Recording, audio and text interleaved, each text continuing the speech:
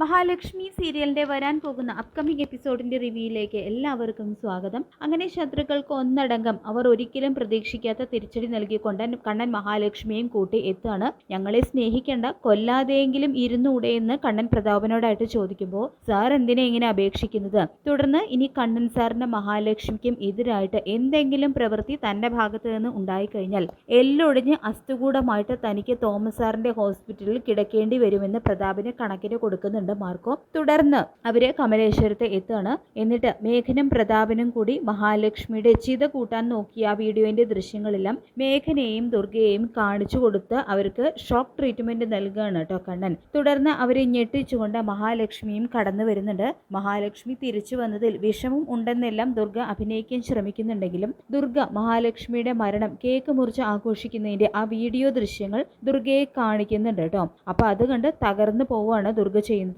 ഇനിയെങ്കിലും അന്യരുടെ സ്വത്ത് ആഗ്രഹിക്കാതെ പണിയെടുത്ത് ജീവിക്കാൻ നോക്കണമെന്ന് അനന്തവും നിന്നെ ഞാൻ നോട്ടം ഇട്ട് വെച്ചിട്ടുണ്ടെന്നും നിനക്കുള്ള ശിക്ഷ കൃത്യസമയത്ത് തരുമെന്നും മാർക്കോ മേഘനോട് പറയുന്നുണ്ട്. ശേഷം മരുമകനെ ഇത്രയധികം സപ്പോർട്ട് ചെയ്യുന്ന അമ്മായിയമ്മയ്ക്ക് അതിനുള്ള ശിക്ഷ ഇവൻ തരുമെന്നും ഇവന്റെ മനസ്സ് നിറയെ വിഷമാണെന്ന് മാർക്കോ പറയുന്നുണ്ട് കേട്ടോ ദുർഗയോട്.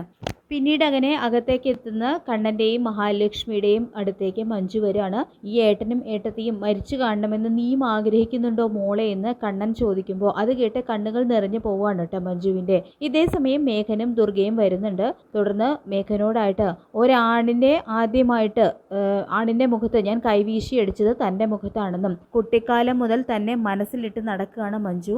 അതുകൊണ്ടാണ് കണ്ണേട്ടനെ എത്ര എതിർത്തിട്ടും തന്നെ വേണമെന്ന് മഞ്ജു വാശി പിടിച്ചത്. അവളോടെങ്കിലും താൻ നീതി പുലർത്തണമെന്നും ഇന്നിപ്പോൾ ക്യാമറയുടെ സപ്പോർട്ടൊക്കെ ഉള്ളത് കൊണ്ട് നടന്ന കാര്യങ്ങളെല്ലാം എല്ലാവരും അറിഞ്ഞു. അന്ന് നട റോട്ടിൽ നടന്ന കാര്യങ്ങളെല്ലാം അറിഞ്ഞിരുന്നെങ്കിൽ ഞാൻ പറഞ്ഞതെല്ലാം എല്ലാവരും വിശ്വസിച്ചേനെ എന്നും മഹി പറയുന്നുണ്ട് കേട്ടോ. അപ്പോൾ ഏട്ടത്തിക്ക് തന്നോടുള്ള ആ കരുതലും സ്നേഹവും വീണ്ടും തിരിച്ചറിയാണ് മഞ്ജു ചെയ്യുന്നത്. ഇത് കണ്ട് മഞ്ജുവിൻ്റെ കണ്ണ് വീണ്ടും നിറഞ്ഞു പോവുകയാണ് കേട്ടോ ചെയ്യുന്നത്. അങ്ങനെ കണ്ണനും മഹാലക്ഷ്മിയും അവിടെ നിന്നും പോയതിനു ശേഷം കണ്ണേട്ടനും ഏട്ടത്തിയും പറഞ്ഞതാണ് എനിക്കും അമ്മയോട് പറയാനുള്ളത്. ആ പാവങ്ങളെ സ്നേഹിച്ചില്ലെങ്കിലും വേണ്ടില്ല, കൊല്ലണം എന്നുള്ളൊരു ചിന്ത പോലും അമ്മയുടെ മനസ്സിൽ ഇനി ഉണ്ടാകരുത്. അങ്ങനെ ഉണ്ടായാൽ ദൈവങ്ങൾ ഒരിക്കലും നമ്മളോട് പൊറുക്കില്ല. കാരണം ദൈവങ്ങൾക്ക് ഏറ്റവും പ്രിയപ്പെട്ടവരാണ് എൻ്റെ ഏട്ടനും ഏട്ടത്തിയും. അമ്മയെ എനിക്ക് ജീവനാണ്. അമ്മയെങ്കിലും ഞാൻ പറഞ്ഞത് കേൾക്കണമെന്ന് മഞ്ജു പറയുന്നുണ്ട് കേട്ടോ ഒരപേക്ഷ പോലെ ദുർഗയോട്. ശേഷം എല്ലാ തവണത്തെയും പോലെ സന്തോഷിച്ചതും ആഘോഷിച്ചതും ഒക്കെ വെറുതെ ആയി പോയല്ലോ മേഘ എന്ന് ദുർഗ പറയുമ്പോൾ ഇനിയിപ്പോൾ പെട്ടെന്നൊന്നും അവർ രണ്ടുപേർക്കും എതിരെ ഒന്നും ചെയ്യാൻ പറ്റില്ല. കാരണം ആ മാർക്കോ അവനെ സൂക്ഷിക്കണം. അവൻ അപകടകാരിയാണ്. ആദ്യം അവനെ തീർക്കണം, എന്നിട്ട് വേണം നമ്മൾ കണ്ണനെയും മഹാലക്ഷ്മിയും വേർപിരിക്കുന്നതിനെ കുറിച്ച് ചിന്തിക്കാൻ എന്ന് മേഘൻ പറയുന്നുണ്ട് കേട്ടോ ദുർഗയോട്. പിന്നീട് കാണിക്കുന്നത് മേഘനും മഞ്ജുവും തിരികെ കമലേശ്വരത്ത് എത്തുകയാണ്. അപ്പം മേഘൻ വന്ന് കയറിയ പാടെ എന്തായി മേഘ, അവളുടെ ആത്മാവിനെ തളച്ചോ? ഇനിയിപ്പോൾ രാത്രിയും പകലും ഒന്നും പേടിക്കാതെ നടക്കാലോ എന്നെല്ലാം വാമൻ സന്തോഷത്തോടു കൂടി ചോദിക്കുമ്പോൾ അവളല്ല, നമ്മളൊക്കെ ആത്മാക്കളായിട്ട് ഇവിടെയെല്ലാം അലഞ്ഞു തിരിഞ്ഞ് നടക്കാതിരുന്നത് ആരുടെയൊക്കെ ഭാഗ്യം കൊണ്ടാണെന്ന് മേഘം പറയുമ്പോൾ നീ എന്താടാ മേഘ പറയുന്നത്, എനിക്കൊന്നും മനസ്സിലാകുന്നില്ല എന്ന് വാമൻ പറയുമ്പോൾ മനസ്സിലാക്കാനൊന്നുമില്ല. കണ്ണേട്ടൻ ഏട്ടത്തിയെയും കൂട്ടി കമലേശ്വരത്ത് തിരികെ എത്തി. ഏട്ടത്തിക്ക് ഒരു പോലും സംഭവിച്ചിട്ടില്ല. കാരണം ഏട്ടൻ്റെയും ഏട്ടത്തിയുടെയും മനസ്സ് അത്രയ്ക്ക് നല്ലതാണ്. മറ്റുള്ളവരുടെ നന്മ മാത്രമാണ് അവർ രണ്ടുപേരും ആഗ്രഹിക്കുന്നത്. അത് മാത്രമല്ല പ്രതാപനങ്ങളും മേഘേട്ടനും കൂടിയിട്ട് ഏട്ടത്തിയെ കൊന്നു ചിത കൂട്ടാൻ നോക്കിയ ദൃശ്യങ്ങളെല്ലാം കണ്ണേട്ടൻ മേഘേട്ടനെ കാണിച്ചു കൊടുത്തു എന്നും മഞ്ജു പറയുന്നുണ്ട് കേട്ടോ. അതുകൊണ്ട് അവരെ രണ്ടുപേരെയും രക്ഷിക്കാനായിട്ട് മാർക്കോയെ പോലെ പല അവതാരങ്ങൾ ഇനിയും ജന്മമെടുക്കുമെന്ന് മഞ്ജു പറയുന്നുണ്ട്. അപ്പം ഇത് കേൾക്കുന്ന മേഘൻ അതേ അച്ഛ, അവൾക്കൊന്നും സംഭവിച്ചിട്ടില്ല. മാത്രമല്ല നമ്മൾ അവളെ കൊന്ന് ചിത കൂട്ടാൻ നോക്കിയതെല്ലാം കണ്ണൻ അറിഞ്ഞു. എല്ലാം ആ മാർക്കോയുടെ പ്ലാനാണ്. ഇനി നമ്മൾ ഉന്നം വെക്കേണ്ടത് കണ്ണനെയും മഹാലക്ഷ്മിയല്ല മാർക്കോയെയാണെന്ന് മേഘൻ പറയുന്നുണ്ട് കേട്ടോ. അപ്പോൾ ഇത് കേട്ട് ആകെ നിരാശരാവുന്നുണ്ട് വാമന്. അപ്പോൾ വാമൻ പറയുന്നുണ്ട് എല്ലാം വെറുതെ ആയല്ലോ മേഘ എന്ന് പറയുമ്പോൾ ഞാൻ അന്നേ പറഞ്ഞില്ലേ അച്ഛനും മോനും കൂടി കണ്ണനും അവൾക്കും എതിരെ എന്തെങ്കിലുമൊക്കെ ചെയ്യുന്നതിന് മുൻപ് പലവട്ടം ആലോചിക്കണമെന്ന്. ഇനിയെങ്കിലും കണ്ണനെ ചൊടിപ്പിക്കാൻ നിൽക്കാതെ അവൻ്റെ കൂടെ നിൽക്കാൻ നോക്ക്, എങ്കിൽ അവൻ എന്തെങ്കിലുമൊക്കെ അറിഞ്ഞു തരുമെന്ന് സീമന്തിനി പറയുന്നുണ്ട് കേട്ടോ അവർ രണ്ടുപേരോടും. പിന്നീട് കാണിക്കുന്നത് പ്രതാപനും മുത്തശ്ശിയും കരുണയും ഉണ്ണിയും ആണെങ്കിൽ തകർന്ന തരിപ്പണമായിട്ട് ഇരിക്കുകയാണ്. എന്തൊക്കെ പ്രതീക്ഷിച്ചതാ പ്രതാപ, എല്ലാം തകർന്നു പോയല്ലോ എന്നെല്ലാം മുത്തശ്ശി പറയുമ്പോൾ അച്ഛൻ്റെയും മേഘേട്ടൻ്റെയും ഭാഗത്ത് തെറ്റുണ്ട്. അന്ന് അവളുടെ ചിത കൂട്ടിയ സമയത്ത് ആ ഡെഡ് ബോഡി അത് അവളുടെ തന്നെയായിരുന്നു എന്ന് നിങ്ങൾ ഉറപ്പുവരുത്തണമായിരുന്നു എന്ന് കരുണ പറയുമ്പോൾ, ഇനി അതൊക്കെ പറഞ്ഞിട്ട് എന്തിനാ മോളെ, എല്ലാം സംഭവിച്ചു പോയില്ലേ എന്ന് പറയുന്നുണ്ട് കേട്ടോ പ്രതാപൻ. ഇനി ആ വീട്ടിലേക്ക് കയറി ചെന്ന് അവളോടൊപ്പം അവിടെ ജീവിക്കണ കാര്യം ആലോചിക്കുമ്പോൾ എന്നെല്ലാം പറഞ്ഞുകൊണ്ട് കരുണ ഉറഞ്ഞു തുള്ളുന്നുണ്ട്. ആ മാർക്കോയാണ് അവരെ കൃത്യസമയത്ത് എത്തി രക്ഷിച്ചത്. അല്ലെങ്കിൽ ഇങ്ങനെ നിന്ന് സംസാരിക്കാനായിട്ട് അവരിപ്പോൾ ഉണ്ടാവുമായിരുന്നില്ല എന്ന് ഉണ്ണി പറയുമ്പോൾ, ഞാൻ അന്നേ പറഞ്ഞില്ലേ അവനൊരു വെട്ടുപോത്തിൻ്റെ ഇനമാണ്.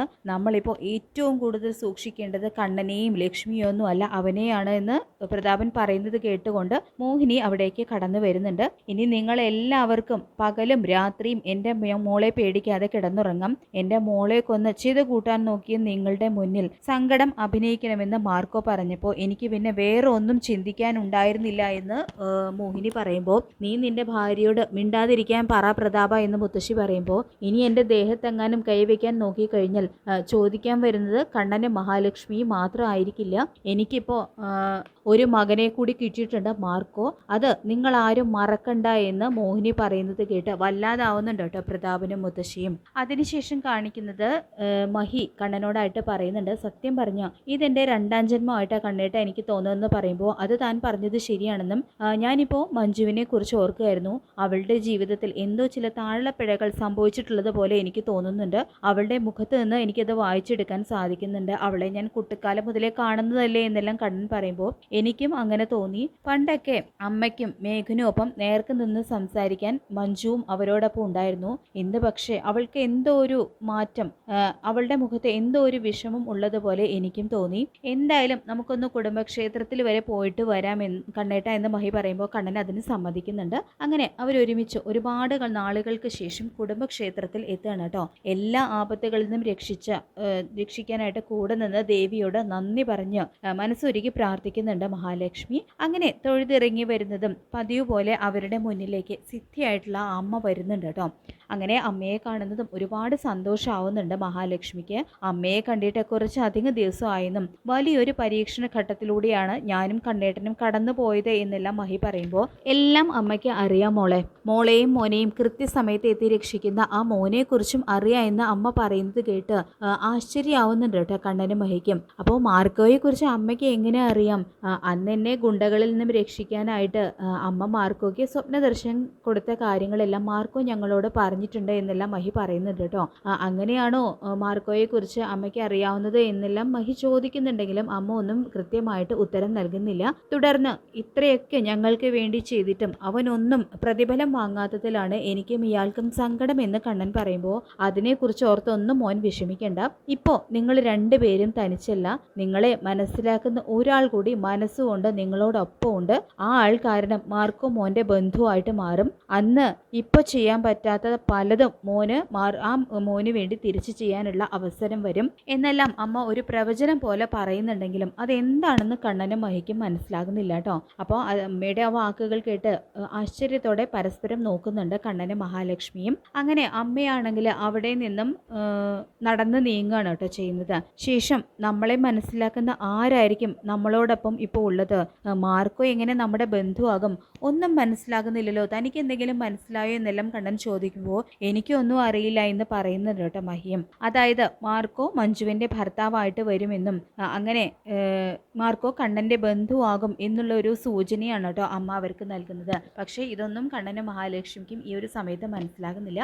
അങ്ങനെ മഹാലക്ഷ്മി സീരിയലിൻ്റെ വരാൻ പോകുന്ന വളരെ രസകരമായിട്ടുള്ള മുഹൂർത്തങ്ങളായിട്ട് നമുക്ക് കാത്തിരിക്കാം. ഈ റിവ്യൂ ഇഷ്ടപ്പെട്ടെങ്കിൽ ലൈക്ക് ചെയ്യുക, ചാനൽ കൂടി ഒന്ന് സബ്സ്ക്രൈബ് ചെയ്ത് സപ്പോർട്ട് ചെയ്യുക. താങ്ക്